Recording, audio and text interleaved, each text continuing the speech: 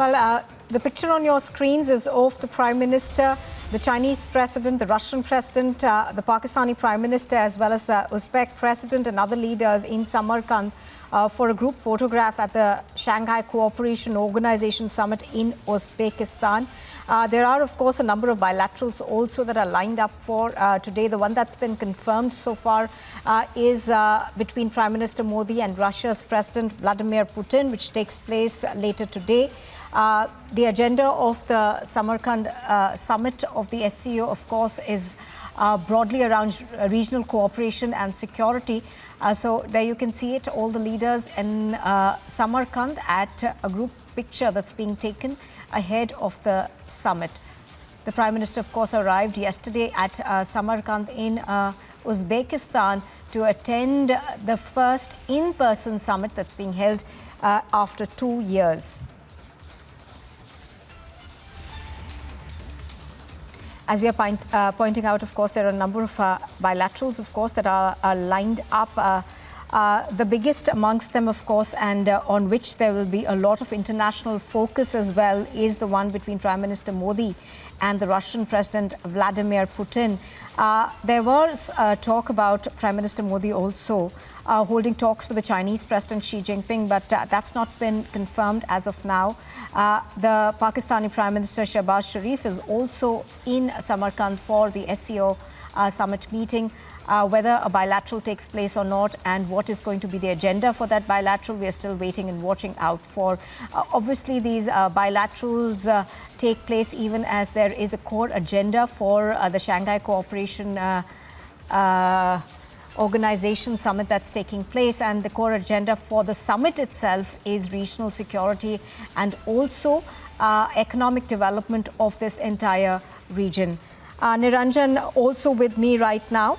Niranjan, the Prime Minister, of course, was part of that group photograph that was taken. But the key one bilateral, which the world will also be watching very, very closely, is the one between the Prime Minister and President Putin. And that one's been confirmed. Well, what's happening now is on the sideline. There is another very, very interesting fight that's broken out. And right now in this photo op, the Prime Minister has that's a photo op between all the member nations of the SCO. The Prime Minister is attending the first in-person summit of the Shanghai Cooperation Organization. This is the first time in 2 years, and all eyes will be on that big engagement. You're right, and not just that. We're watching closely. Whether there is any, take aside or pull aside or any sort of an engagement with either the Pakistan Prime Minister or even Xi Jinping. But nothing as of now, because earlier there were reports that there could be some sort of an engagement with Xi Jinping, the Chinese, president. But all eyes will be on what the Prime Minister does, because there is a view in India that you can't really engage with China until there is real improvement in the situation in Ladakh, until there is a complete pullback. Of course, there was a pullback in the Gugula hot springs area, and we will be watching very closely whether he meets Xi Jinping. Because he has not met Xi Jinping, he just, of course, they shared a photo opportunity, but they have not met.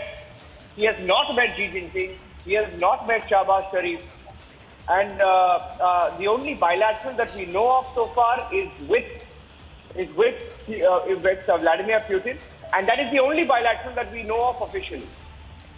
But absolutely no confirmation on whether he will be meeting Xi Jinping separately or Shehbaz Sharif, whether that there will be any engagement. Let me go across to Major General Bakshi and you can take it forward. I'll ask General Bakshi the first question, and then you can take it from there. General Bakshi, coming on the back of with all these three countries, I mean, with Pakistan, less said the better. China, of course, Ladakh. There was some optics of a possible thaw, but unsure whether you can actually call it a thaw. And then with Russia, of course, with whatever is happening in Ukraine. What is your takeaway, sir, of this meeting, and what are you expecting? Major General Giri Bakshi, what should India watch out for in this summit? As far as China is concerned, China is now feeling the heat in the Taiwan Straits. Quite obviously, it would like a de-escalation in Ladakh because it would not like to get into a two-front situation. Hence, it has been making these noises of disengagement at Petrol Point 15, which has been achieved. But it is still not what we have asked for, and we had asked for a return to status quo ante as on April 2020. That has still not been achieved. That is still some way off. So I don't think we can relax our guard. Going by past precedent, you have to see not what the Chinese say, but what they do, which is far more important. So I would reckon that we will have to wait and watch.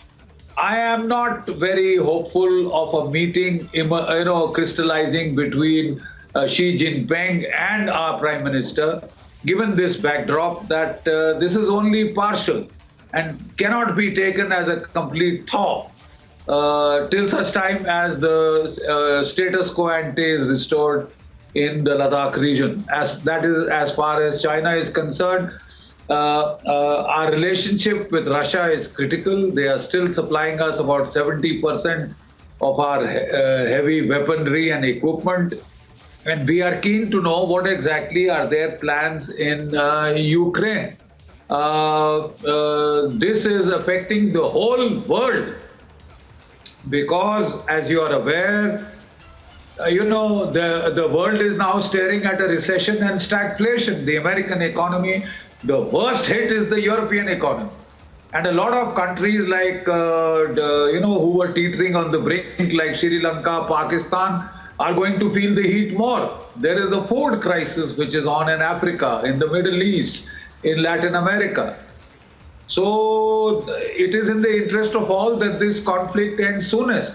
But as per the existing plans of both NATO and the Americans, as also the Russians, they are all set for the long haul.